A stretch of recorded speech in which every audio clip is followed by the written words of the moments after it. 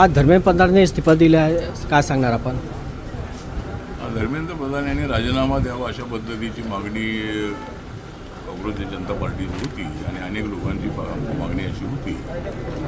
त्यामध्ये सरकारची भूमिका अशी होती की राजीनामा देण्याचं सोल्युशन नाही आहे. त्यामुळं सरकारच्या वतीनं सत्तेच्या अधिकाऱ्यांना बडतर्फ केलेलं आहे.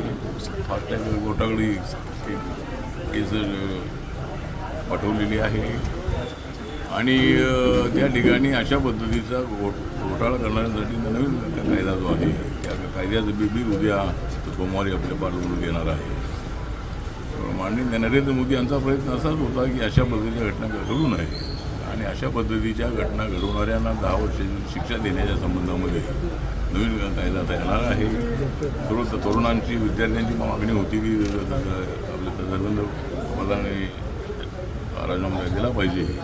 त्याप्रमाणे सरकारने निर्णय घेतलेला आहे आणि आता मला असं वाटतं की आंदोलन हे संपवलं पाहिजे आणि सरकारच्या वतीनं जे अशा पद्धतीचे प्रकार होणार नाही यासाठी नक्की प्रयत्न केला जाणार आहे.